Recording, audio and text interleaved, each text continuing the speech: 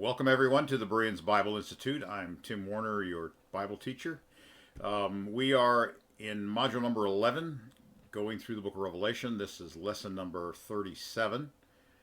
We're going to cover the first four verses of Revelation chapter 15 today. I'm teaching from the LGV, the last generation version of the New Testament, which is available on our website, www.fourwindsfellowships.net. That's the number 4, not spelled out. You can go over to where it says LGV in the link at the top, and then scroll down to Revelation. Click on that, and you can download the book of Revelation in PDF. All right, I'm going to read verses 1 through 4, and then we'll go back and talk about this in detail. And I saw another sign in the sky, great and marvelous, 7 angels having the 7 last blows, because in them the wrath of God was finished. And I saw a sea of glass, having been mixed with fire, and the ones conquering from the beast, and from his image, and from the number of his name, come to stand on the glassy sea, having lyres of God. And they are singing the song of Moses, the servant of God, and the song of the Lamb, saying, Great and marvelous are your works, Master God, the sovereign over all. Just and true are your ways, King of the nations. Who would not fear you, Master, and glorify your name? Because you alone are holy, because all the nations shall come and worship before you, because your righteous judgments have been manifested. All right, let's go back to verse 1. What chapter 15 does, or at least the first part of chapter 15, is it sets up the last of the sequence of 7 things. You remember there were 7 seals and 7 trumpets, and then there's 7 bowls. That is 7 judgments, I should say. 7 groups of 7. 3 groups of 7 judgments. The last of which is the 7 bowls of wrath. And the first 4 verses are sort of an introduction to that. But they're extremely important because they have an amazing message for the Christian assemblies in the last days. All right, so verse 1 says, I saw another sign in the sky, great and marvelous, 7 angels having the 7 last blows, because in them the wrath of God is finished. Now, 7 blows, as we study the 7 vials, which are the 7 last blows or hits from God, you'll see that the 7 blows or 7 vials or 7 trumpets, depending on which translation you read, are all directed upon those men who have taken the mark of the beast and who are worshiping his image. They do not come upon those who do not take the mark of the beast and worship his image. So these 7 blows of wrath are targeted very specifically on one class of people. They're not going to affect believers. Now, the fact that the 7 last blows, and it says the wrath of God is finished or completed in those 7 blows, this is a reference back to chapter 14, which we read earlier. You may remember in the previous 2 lessons, we went over these angels that make their declarations, right? So go back to the previous chapter for just a moment. And you may remember that in this series of angels making announcements that we talked about how that this was laid out the entire chronology of the end times, just in that chapter. And starting in verse 6. Anyway, we had the first messenger who proclaimed the gospel on the land over every nation, tribe, and tongue and people. And he's saying with a loud voice, fear God and give glory to him, because the hour of his judgment has arrived. So it's clear that the message of that one is a preaching of the gospel. And that occurs during the first 3.5 years of the time of tribulation. And it's clear that the opportunity for repentance is open during that first 3.5 years. Then we have the next angel, the second angel or messenger, calls out declaring the fall of Babylon the Great.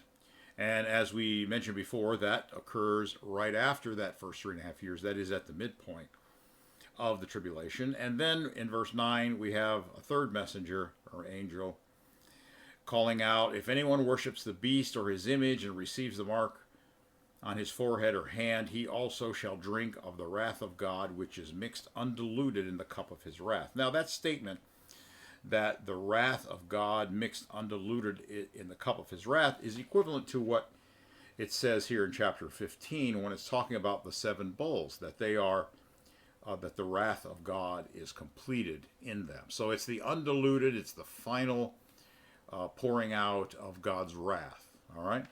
So it's clear also then that this comes upon those who worship the mark of the beast. Notice back here at the third angel in the previous chapter, it says that if anyone worships the beast or his image or receives a mark in his forehead or in his hand. So it's clearly distinguishing that group of people, those who worship the beast. He also shall drink of the wrath of God, and so forth, right? And then it says he will be tormented in fire and sulfur in view of the holy messengers and in view of the Lamb.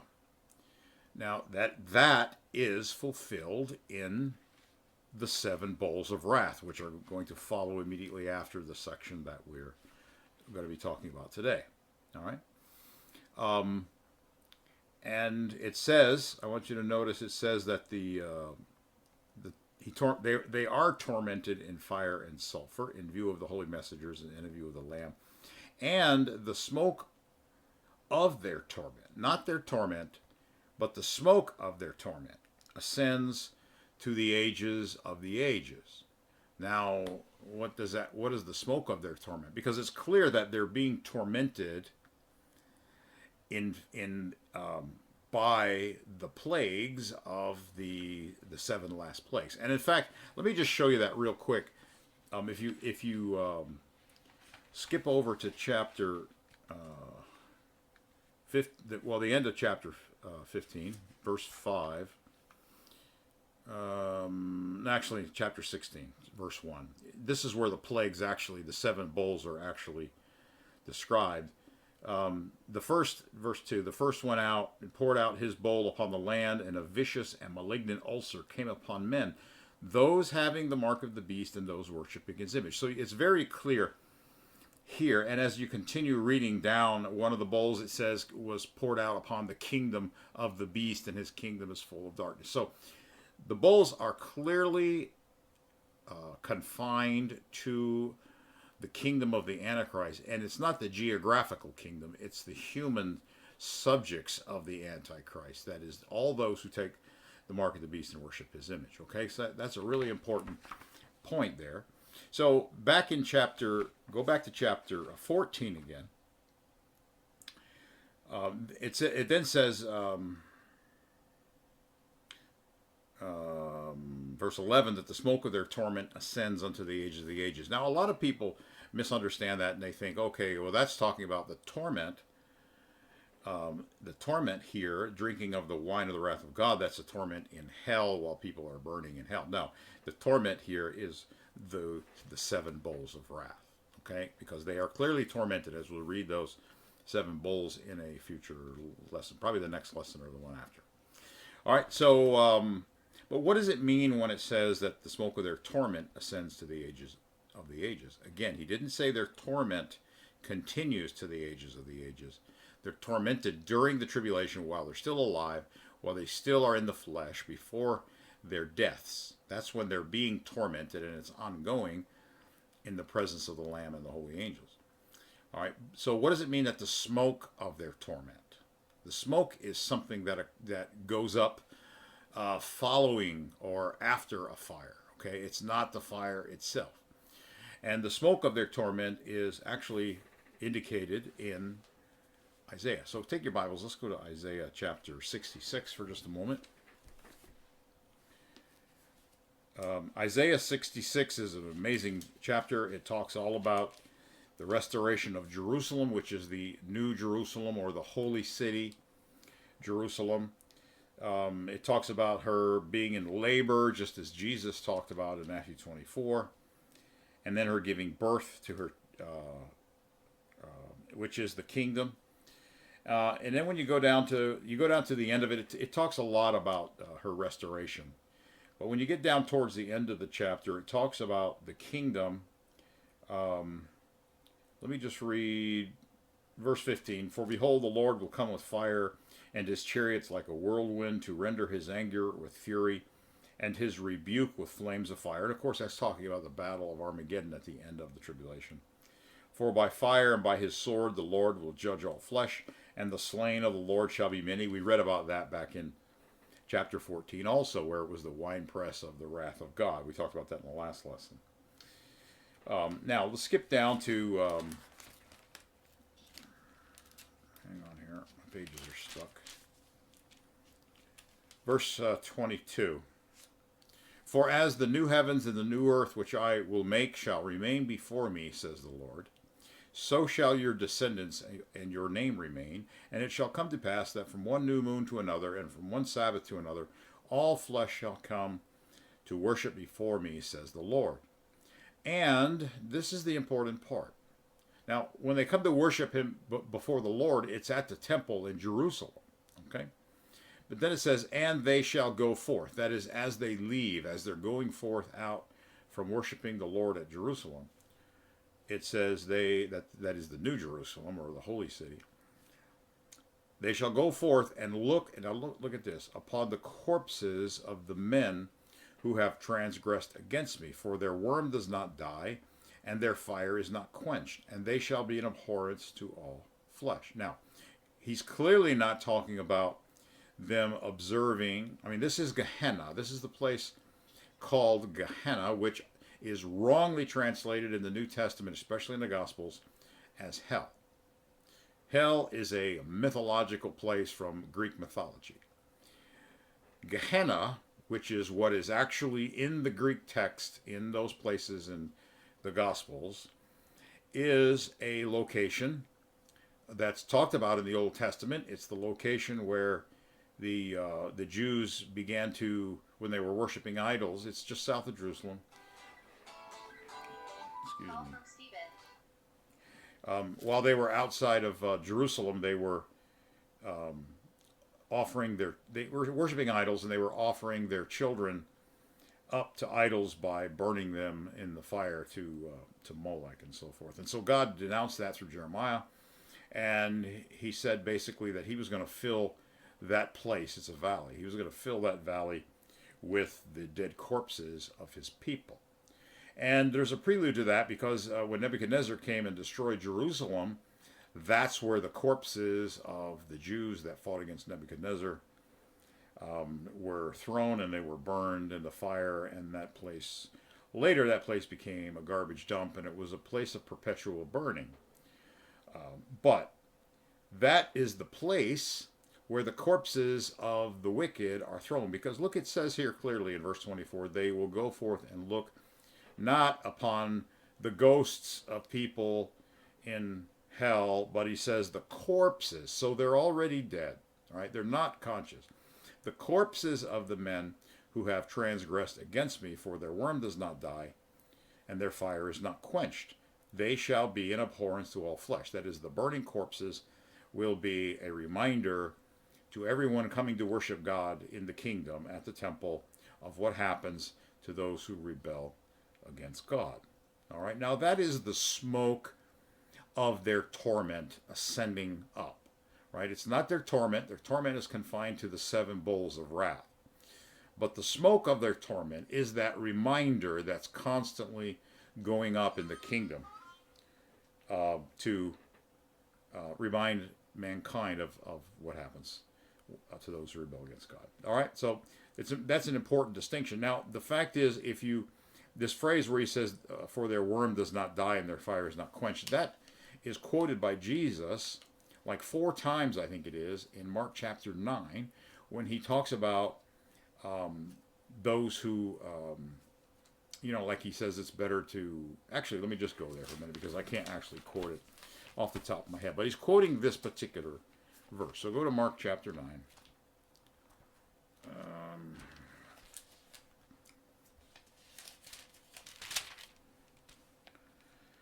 Verse 42. Verse 43, if your hand causes you to sin, cut it off. It is better for you to enter into life maimed, rather than having two hands and go to, it says hell in the New King James Version, but the Greek is Gehenna. It's that place just south of Jerusalem, where these corpses are going to be thrown, according to Isaiah, as a reminder. To go into Gehenna, into the fire that never shall be quenched. Where, and now he quotes Isaiah, their worm does not die and their fire is not quenched. That's quoted directly out of Isaiah 66, verse 24. Then he says, and if your foot causes you to sin, cut it off. It is better for you to enter life lame, rather than having 2 feet to be cast into, literally, Gehenna, into the fire that shall never be quenched, where, quote, their worm does not die and the fire is not quenched, end quote, again, quoting Isaiah the second time. And if your eye causes you to sin, pluck it out. It is better for you to enter the kingdom of God with one eye, rather than having 2 eyes to be cast into Gehenna fire, where, quote, their worm does not die and their fire is not quenched. So it's clear by Jesus' quotation of that, repeatedly quoting Isaiah 66, and him repeatedly throughout the Gospels using the word Gehenna as the place where the wicked are going to be thrown. It's clear that is their corpses are going to be thrown there, not living people. All right, they're killed, they're destroyed by God, and their corpses are thrown into the fire so that the smoke will be a reminder of God's judgment. And so what we see here in Revelation then, when it says in Revelation chapter 14 that the smoke of their torment ascends unto the ages of ages, this is clearly talking about the reminder, the burning that's in Isaiah 66. Also, he goes on to say, and they have no relief, that is, these people who worship the beast, day or night, those who are worshiping the beast and its image. Now, notice it says who are worshiping. Again, that is a present participle. So it means, what it means is the relationship of the present participle to the relationship of the verb have, that is, they have no relief, means that they are worshiping the beast during the same time that they are being tormented by God, which means they're still alive. Okay, so there's no way that that passage can refer to what is typically called hell today, where people's ghosts go when they die, allegedly, and they burn forever and ever, which is all part of Greek mythology. Okay, so anyway, I just wanted to get all that out of the way. Go back to chapter 15. So the 7 bowls that are about to be poured out are poured out upon the wicked, and they are going to be tormented by those 7 bowls of wrath. And that's what that torment is about in chapter 14. All right, now let's go to verse 2. This is the part, verses 2 through 4, the part I really want to spend our time on. Referencing the last blows, or the 7 bowls, and that the wrath of God is going to be poured out upon those who worship the beast, beginning in verse 2 through 4, he talks about the overcomers in the tribulation. That is, while the wicked are being tormented by these plagues, here is the situation for God's people. All right? Now, this is interesting because the sequence of these is the same as the sequence in the previous chapter. Because remember, after he talked about their smoke going up for ages of ages, then in verse 12 he says, here is the endurance of the saints, the ones keeping the commandments of God and the faith of Jesus. All right? So the same sequence occurs here, right? You've got the first mention of the plagues with the wrath of God being completed. Then you see the overcomers beginning in verse 2. So let's look at verses 2 through 4. And I saw a sea of glass, having been mixed with fire. Now, what is this sea of glass? Having been mixed with fire. And who are the ones who are conquering from the beast and from his image and from the number of his name? Now, it's important that you notice that the word conquering there is a present participle in English. Who are conquering is referring to people who are doing something at that very moment. All right? So when it says that the ones who are conquering from the beast, and that these having come to stand on the glassy sea. So what's clear is that they are conquering from the beast. That is, they are overcoming, and they are in the process of overcoming the beast, which means they are not in heaven, as some translations seem to mislead. They are, in fact, on earth, still in the battle of conquering the beast or resisting the beast and his mark. All right, so you've got the plagues are going to come upon those who worship the beast, and here is those who are resisting the beast. And so what are they doing? While they're resisting the beast, it says that they are standing on the sea of glass, and they have the lyres of God. That is, lyres are stringed instruments that they're mentioned in the Psalms, by the way, the lyres. And David actually manufactured certain stringed musical instruments, probably lyres also, and he played his psalms on those instruments, those stringed instruments, which are really interesting when we see that the phrase lyres of God probably refers back to the instruments of David. All right. Anyway, all right. Now let's look again at this sea of glass. What is a sea? It's literally a sea as glass. It's important that you notice the little word as. It doesn't say sea of glass. All right. If it was a sea of glass, it might be a sea made out of glass. But it's not a sea of glass. It's a sea as glass. And as is drawing a comparison of glass to the sea. So it's literally a sea. A sea is water. But it's as glass, which means it's calm, because that's what we even use that terminology today, right? That the sea is like glass, or the lake is like glass. Well, that's because it's perfectly calm. It doesn't have any ripples in it, because what do waves symbolize anyway? They symbolize turmoil, right? While a calm sea symbolizes peace, right? And security. All right, so he says, I saw a sea of glass, but then it says, having been mixed with fire. Now, where is there a calm sea mixed with fire? First of all, fire and water don't mix. So what does it mean? And again, these are allegories to teach us what it's going to be like for the overcomers during the time that those 7 bowls of wrath are being poured out all around us on those who have the mark of the beast. So what's it going to be like for the overcomers?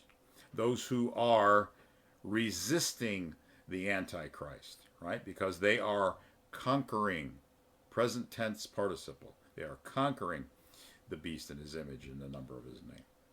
All right, so what is the sea of glass?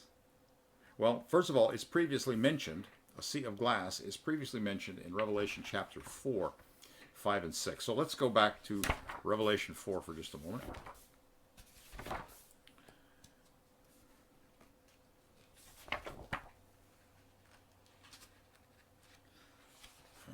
right, it'll take me a minute to get there.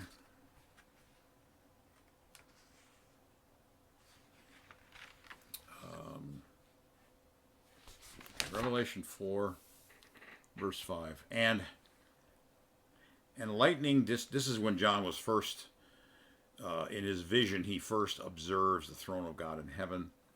And it says, and lightning discharged from the throne, and thunders and voices. And 7 lamps of fire were burning before the throne. And by the way, anytime you see the word before the throne, if it's not talking about sequentially, like before this something happened, but instead it's talking spatially. When it says before the throne, or it literally means in view of the throne, okay, in the face of the throne. So what it's saying is it doesn't have to be right there in front of the throne itself. It simply means in view of the throne. So God is overlooking these 7 lamps that are burning in view of the throne, which are the seven breaths of God. Now, we've talked about this early on in our study in Revelation, that the seven breaths of God correspond to the seven assemblies in Asia Minor, and they were lampstands. It doesn't say they were lamps. It says the seven assemblies were lampstands.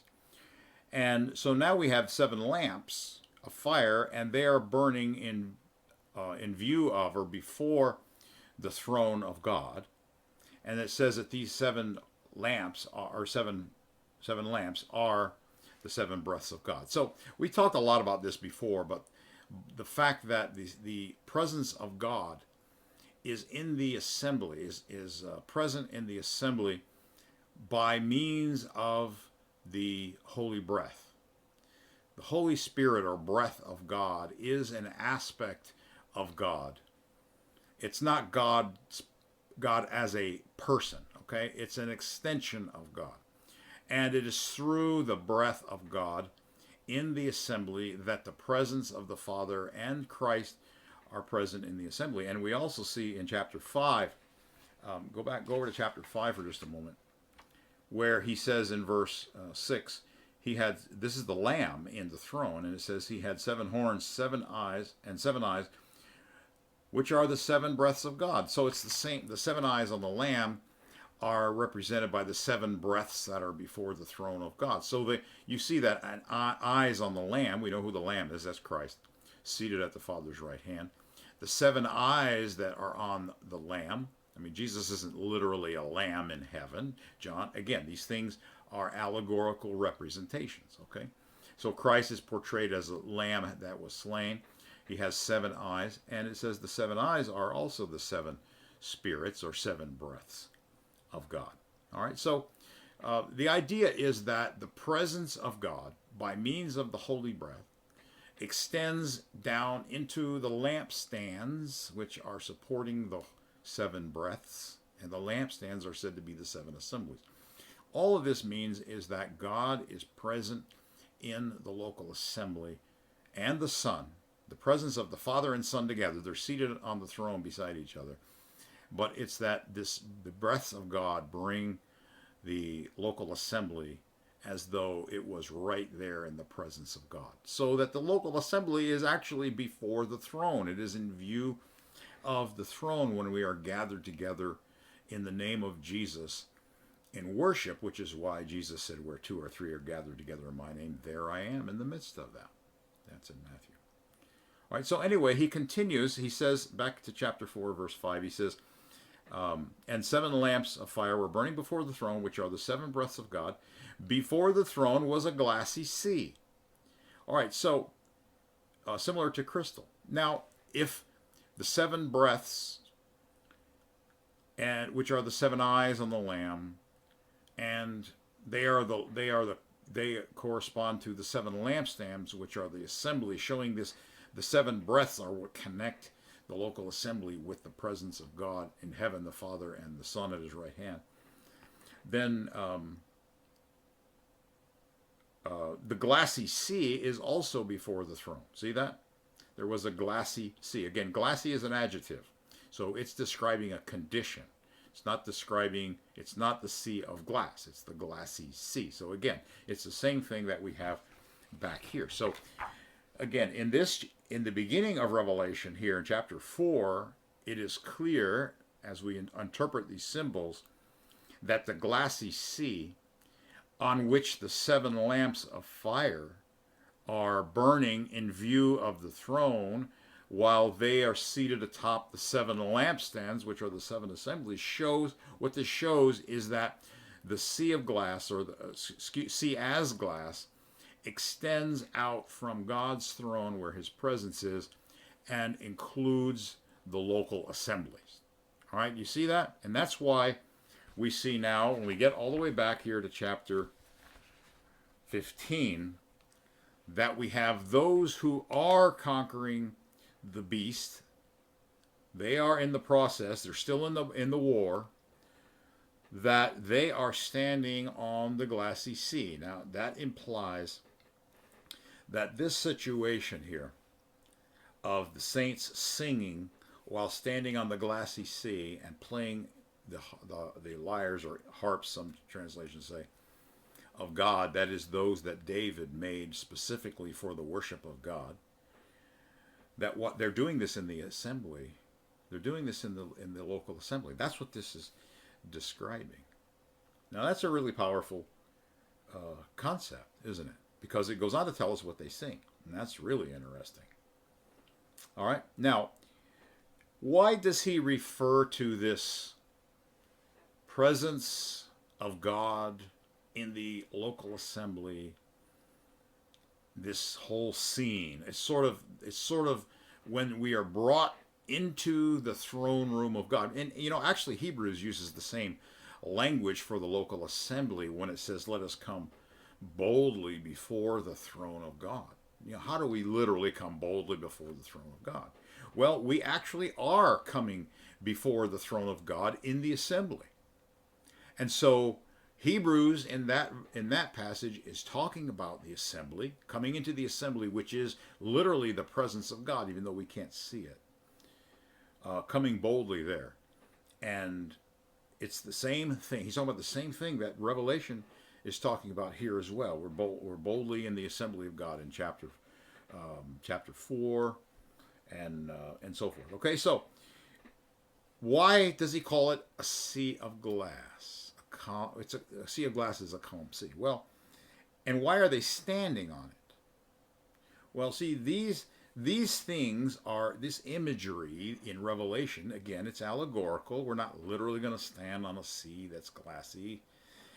These things are intended to reference things that have been revealed previously in Scripture. All right. Now, you may remember that there were two pretty miraculous incidents in the Gospels where Jesus taught his disciples a very important lesson by taking them out on the Sea of Galilee. Right? He taught them some really important lessons. And the first one is in Matthew chapter 8, verses 23 through 27. You don't need to turn there now. You can read it later if you like. But that's the one where Jesus is asleep in the boat. And they're all afraid that they're going to perish because they're in a storm.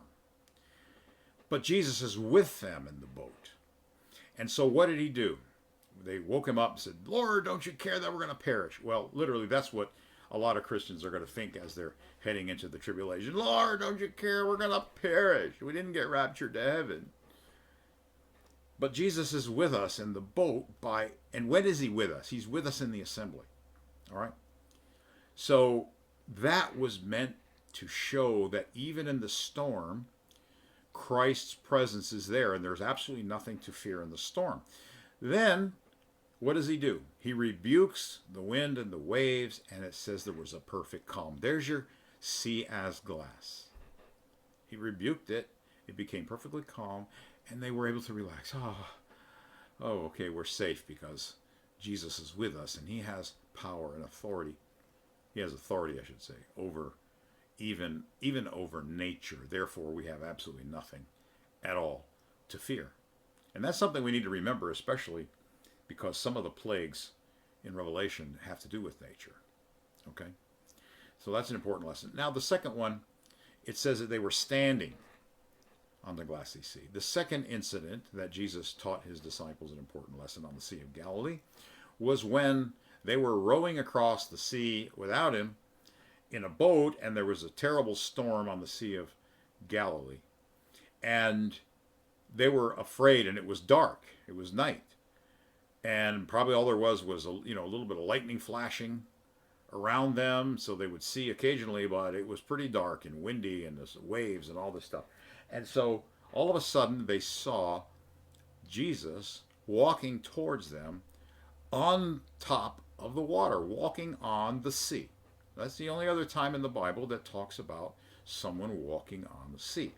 And here it is. We have the believers in the assembly in this sea, and they're walking on the sea. Now, what did Peter do? He says, Lord, if that's really you. First it says they thought it was a ghost or a phantom or something, a spirit. But Peter says, Lord, he shouts out, Lord, if that's really you, let me walk on the water out to you. So Jesus said, okay, come on. And Peter steps out of the boat, and Peter starts walking on the water. All right, so Peter's standing on the sea. But then his faith begins to fail. And he looks at the waves around him, and he begins to sink. And so Jesus grabbed him when he said, Lord, save me. And he brought him and put him in the boat, and Jesus climbed into the boat as well. And it says immediately they were at the land where they were going. Now, this incident really occurred in the Gospels, but it was Jesus took them through that because that was an actual allegory that they were walking through or riding through in their boat in order to illustrate to them some of the things that they were going to have to deal with. But it's especially relevant with regard to the end times, because when Jesus got in the boat with them, there was no more fear, and then they were suddenly at their destination. Here in Revelation, it's referencing that because we're going to suddenly be at our destination after these bowls of wrath, which is the coming of the kingdom. All right, so it has, notice this again, go back to Revelation 15. It says that they are standing on the Glassy Sea, having the lyres of God. But notice also in verse 2, it says that the sea as glass was mixed with fire, having been mixed with fire. What does the fire represent? The fire represents the tribulation and the judgment of God. You may remember that when John the Baptist was speaking to Israel, he was announcing the coming of Christ, the first coming of Christ. But he said, he will baptize you, that is you, Israel, in the holy breath and in fire. And what he meant by that was those who would listen to the Son of God would be baptized or immersed in the holy breath. But those who turn away, who reject the Son, were going to be baptized in fire. And the fire is all throughout the Bible representation of the wrath of God. Okay, he uses that many, many times in that way. So what we have then is a sea of glass, which is perfect calm because we have the presence of Christ with us in the assembly. And we're standing on the sea of glass because, like Peter, we are walking by faith. All right, we're walking by faith so we can stand, we can walk on the sea. You know, not literally, but that's the allegory for that. All right, and Christ is present with us in the assembly, just as Jesus was present with his disciples in the boat in the other instance while they were on the Sea of Galilee. All right, so you can see that the picture that's being painted here is the picture of the overcomers joined in local assemblies, and they are at perfect calm and perfect peace, and Christ is with them, and they're walking by faith, not by sight. All right, that's what this is describing. All right, now it says, verse 3, it says they are singing. Okay, now singing is something that is done in the assembly. And you may remember back in 1 Corinthians 14 where Paul was talking about the proper order in the assembly, and he says if anyone has a psalm or has a prophecy or has this or has that, let all things be done decently and in order. But when he uses the word psalm, and the word psalm is used for Christian music, it doesn't mean any Christian music. It's the Christian music that David wrote, that is contained in the book of Psalms, which was the hymnal of David for Israel. But throughout the New Testament, we are said to worship God in psalms and hymns and spiritual songs. So psalms means we are to sing the psalms, the songs that David wrote, and David wrote many of those psalms to be performed and sung, accompanied by certain musical instruments that David many of which, not all, but some of which, David himself built, designed, and built, and then were used as sort of instruments. Not all the instruments in the Psalms are instruments that were used solely for the worship of God. But there are some of them that David built specifically for that purpose. And when he built the tabernacle of David, which was a temporary tent, and remember, this is before Solomon built the temple. David made a temporary tent, and he had the Ark of the Covenant of God brought down to Jerusalem, and it was housed in the tent with the intention that it would eventually be put in the temple that was going to be built by Solomon. Okay, so the Ark of the Covenant is being housed in a temporary tent, and David, not only did he write all these beautiful songs of worship of God, and not only did he write music, and not only did he invent specific instruments that he dedicated specifically for that purpose. And so then he divided the priesthood into 24 courses. And he stationed singers to sing in the tabernacle of God, or the tent of God. Actually, they were outside of it. It was kind of hiding it. But around it, he had these choirs. He organized these choirs, and he organized these orchestras, if you will, primitive orchestras of these instruments, mostly stringed instruments, to be played, and his choirs to sing these compositions that he wrote for the worship of God. All right, it's really remarkable. And in fact, the Song of Moses, which we're going to talk about here in a minute, was in fact is actually included in the book of Psalms. I mean, no, I take that back. Not the whole thing is not included.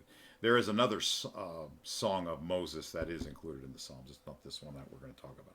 Anyway, now let's get back to verse 3. It says, they are singing, that is, these overcomers, in the assembly, in the presence of God, that is before the throne, because of the holy breath of God that's enveloping them. They are standing. That's interesting. They're standing to sing. And they're singing the song of Moses, the servant of God, and the song of the Lamb. So they've got the musical instruments that David made, that he dedicated specifically to the worship of God in the Psalms, singing the Psalms.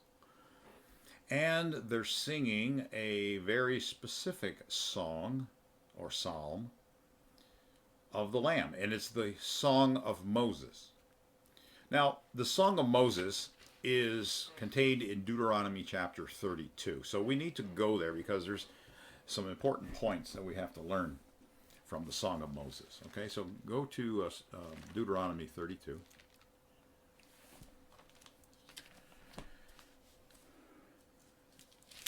Back in 31, at the end of 31, I want to read verses starting in verse 24. This is sort of introduces the Song of Moses. All right. So it was when Moses had completed writing the words of this law in a book, when they were finished, that Moses commanded the Levites who bore the Ark of the Covenant of the Lord, saying, take this book of the law and put it beside the Ark of the Covenant of the Lord your God, that it may be there as a witness against you. For I know your rebellion and your stiff neck. If today, while I am yet alive with you, you have been rebellious against the Lord, how much more after my death? Gather to me all the elders of the tribes and your officers, that I may speak these words in their hearing, and call heaven and earth to witness against them. For I know that after my death you will become utterly corrupt, and turn aside from the way which I have commanded you, and evil will befall you in the latter days. Notice that, in the latter days. Because you will do evil in the sight of the Lord, to provoke him to anger through the work of your hands. Then Moses spoke in the hearing of the assembly of Israel the words of this song until they were ended. And again, the message is concerning Israel in the latter days and their rebellion against God and what God has to say about that. All right?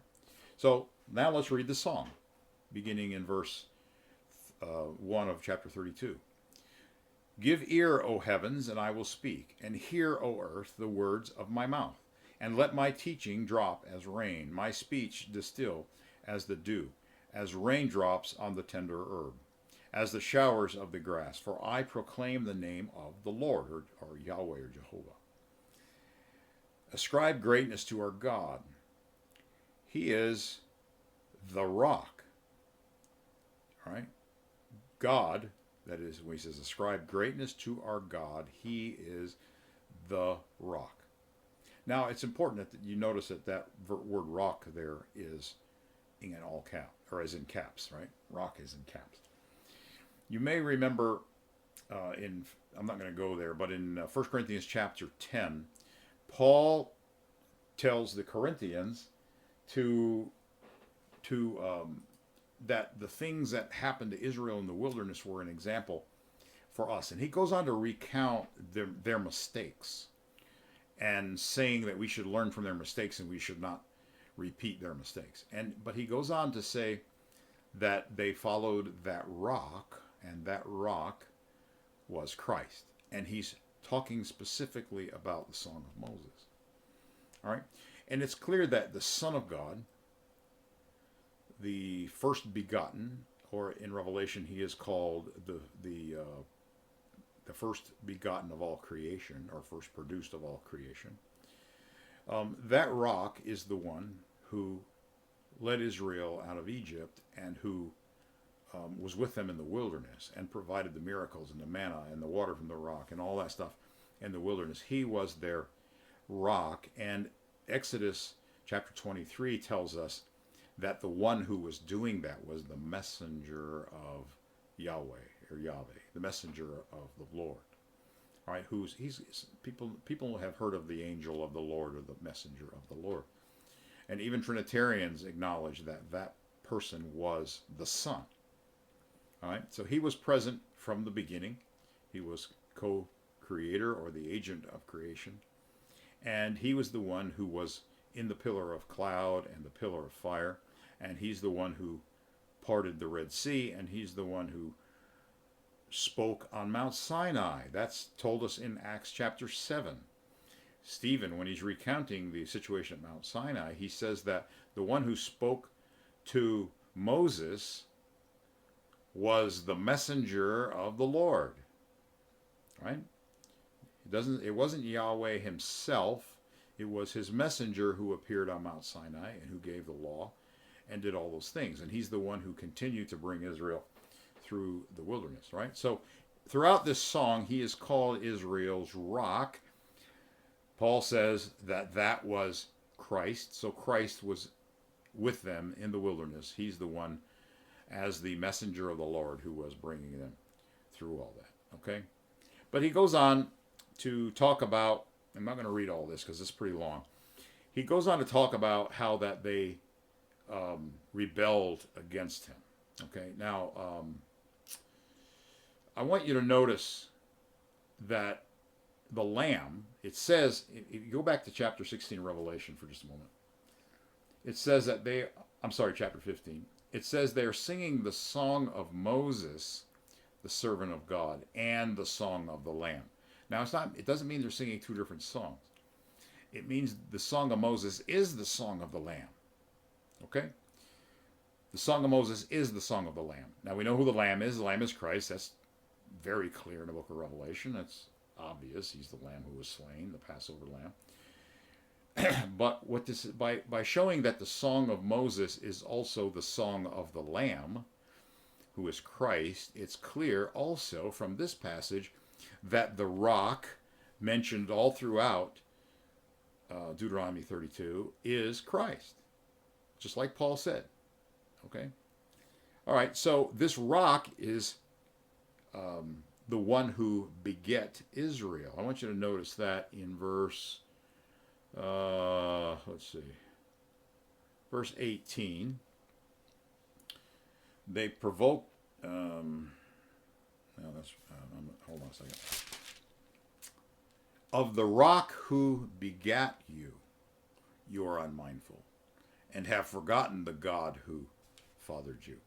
All right. So, and why did, if the rock is Christ, he begat Israel, and he fathered Israel.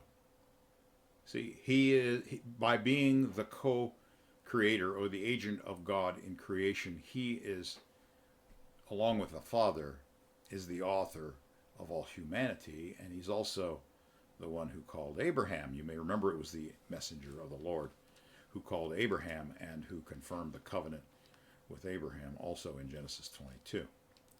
All right, anyway, this rock is mentioned several times. It's mentioned in verses 4, 15, 18, 30 through 31.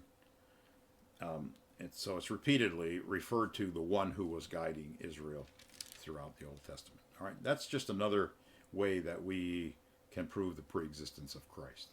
All right, because if he is the one who fathered or begat, of course, metaphorically, he fathered Israel, he had to be there to do that. All right, and he is clearly Christ, the Lamb in Revelation. All right, so in verses, let's see. All right, in verses 1 through 13, I'm not going to read all this. It's just too much, and I'm really already out of time. In verses 1 through 13, it describes God's mighty works, in specifically his deliverance from from Egypt, excuse me. And you'll notice that in the song that they're singing, it's sort of just highlighted. Some of the things that are contained in the Song of Moses are highlighted by these saints singing on the Sea of Glass. All right, so it says, here's what they say: "Great and marvelous are your works, Master God." Well, that's the content of Deuteronomy 32, 1 through 13. The sovereign over all. "Just and true are your ways, King of the nations," and that is a reference to Christ. "Who would not fear you, Master, and glorify your name?" Again, Master is a term. It's usually translated Lord, but in the New Testament, it's usually a title for Christ. Not always. Occasionally it refers to the Father, but usually it's a title for Christ. But the phrase sovereign over all is a title that always refers to the Father. Okay? And in the Song of Moses, there are references to Yahweh, and there's references to the rock. Yahweh is the Father, and the rock is the Son. All right. Anyway, so they're praising both. They're praising him for his mighty works. "Who would not fear you and glorify your name?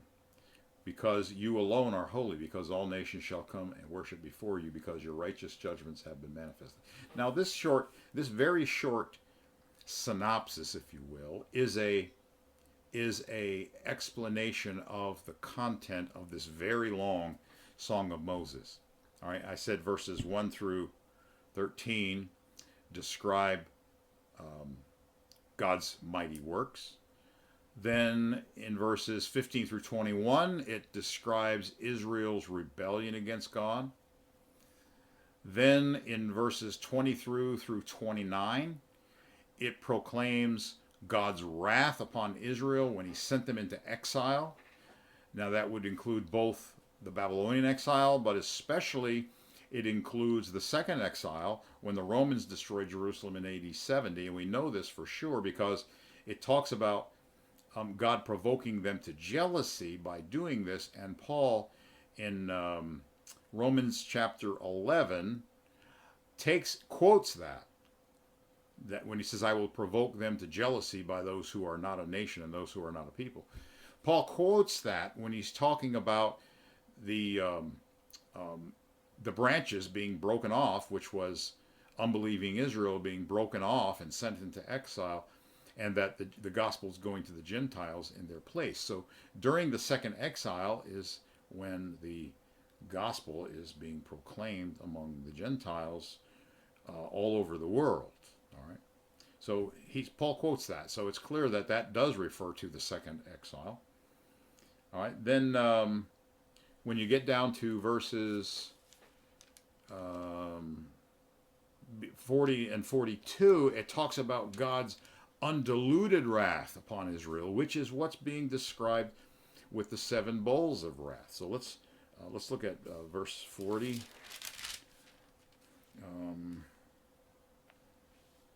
Get there. For I raise my hand to heaven and say, as I live forever, if I whet my glittering sword and my hand takes hold on judgment, I will render vengeance to my enemies and repay those who hate me. And he's talking about the 7 bowls of wrath there, or at least it includes the 7 bowls of wrath, which are upon those who hate God because they worship the beast and take his image. I will make my arrows drunk with blood, and my sword will devour flesh with the blood of the slain and the captives, from the head of the leaders of the enemy. Wow. But you may remember how this ends in Revelation 15, in this little synopsis here. It says, because first of all, it calls Christ the King of Nations, and then it says, all nations shall come and worship before you, because your righteous judgments have been made manifested. All right, and we see that clearly here that is the kingdom, when Christ actually reigns upon the throne over all nations.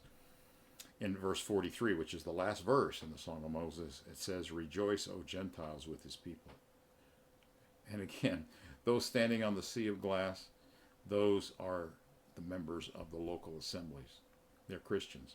These are these Gentiles with his people, that is the faithful of Israel. So the assemblies are made up of both Jew and Gentile believers. Then it says, for he will avenge the blood of his servants and render vengeance to his adversaries. That will be done in the Battle of Armageddon, where he finishes off their armies, which is at the last bowl judgment. We'll get to that later. But then look how it ends. It's a beautiful statement. He will provide atonement for his land and his people. But the Septuagint literally says, he will purge the land of his people. That is the inheritance that he's promised, the renewed land which is referred to later in Revelation as the new heavens and the new earth. That land he's going to purge so that his people can have it as their inheritance. All right, and that's how the Song of Moses ends. Now, this is a pretty remarkable passage because it gives us a little glimpse. We have the 7 letters at the beginning. Chapter 1 talks about Christ first appearing, and he interprets some of these symbols that are going to be used throughout the book of Revelation. And then we see the 7 letters, where the 7 eyes on the Lamb, which are the 7 spirits or breaths of God. He says, when he's dictating the 7 letters, he says, I have observed you. To each of the 7 assemblies, I have observed. That's because of the 7 eyes on the Lamb. He's observing them, and they are the 7 breaths of God that were present in the assembly. So he's observing because he's present by means of the holy breath of God in each local assembly. All right, so we have this scene while the most violent and personal judgments are falling upon humans, that is, those who worship the beast. At the same time, all that is taking place, the assemblies, the true assemblies of God, and I don't mean that by the name of a denomination, the true local assemblies who are truly worshiping Christ, where God's presence, who are actually standing on that glassy sea before the throne, that is in view of the throne, because God's presence by the holy breath is extending to incorporate these local assemblies before the throne of God, or in view of the throne of God. This amazing scene shows that shows these assemblies that are promised those things in the 7 letters.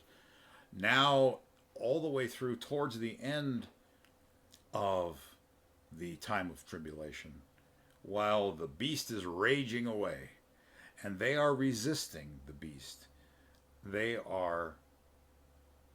have perfect calm while the fire rages all around them because of the presence of God and his Son in the local assembly by means of the holy breath. It's really a remarkable thing. And I think we could take a couple lessons from this. One, they're standing while they're singing.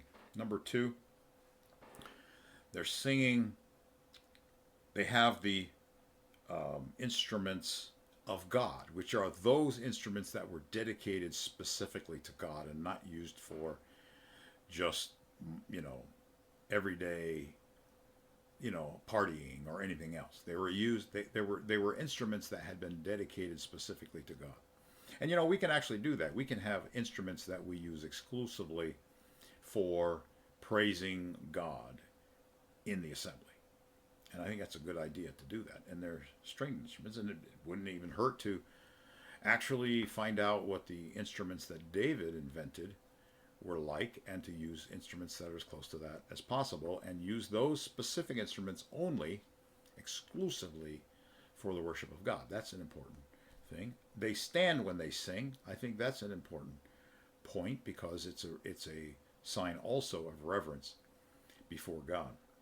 So, in the last days, the overcomers in the tribulation are going to be gathered in their little assemblies, which may be very, very small. But they're going to be worshiping, they're going to be standing and worshiping, playing on these instruments that are dedicated specifically to God. And they're going to be singing that song, the Song of Moses. All right, now, one final thing. It would not be a bad idea, if we think we're going to live through the time of tribulation, to memorize Deuteronomy 32, to know the lyrics to the Song of Moses, or maybe even rearrange the words so that they fit with a tune that we can come up with, in order to sing that and to learn that. I think that's a project for our ministry, for those who are musically inclined, those who are maybe good instrumentalists, those who are good vocalists, those who are maybe have some skill at composing, those who have some skill in poetry and organizing. What we have is a translation from Hebrew. We're not going to learn the Hebrew language. We're going to sing in English. But if we can take the sense of the Song of Moses and put it in English rhythm and English poetic style so that it can be sung congregationally. I mean, that's what it was done in Hebrew with what Moses did. That's what Moses did back there. I think we need to learn to do it as well. And we can sing it during the end times in our local assemblies. I think that would be pretty awesome. And it would constantly be a reminder of this passage of Scripture, which tells us how that God is going to preserve his own while he's pouring out judgment upon the wicked. And it shows how important, I think, the local assembly really, really is when we look at how these themes are developed through the book of Revelation, that the overcomers, all those letters to the 7 assembly, he says at the end, he gives a little promise to the overcomers. And then we see the overcomers who overcome the Antichrist by the blood of the Lamb, and they love not their lives to the death. And then we see them being portrayed as standing on the sea of glass and singing with the instruments of God. I think that's just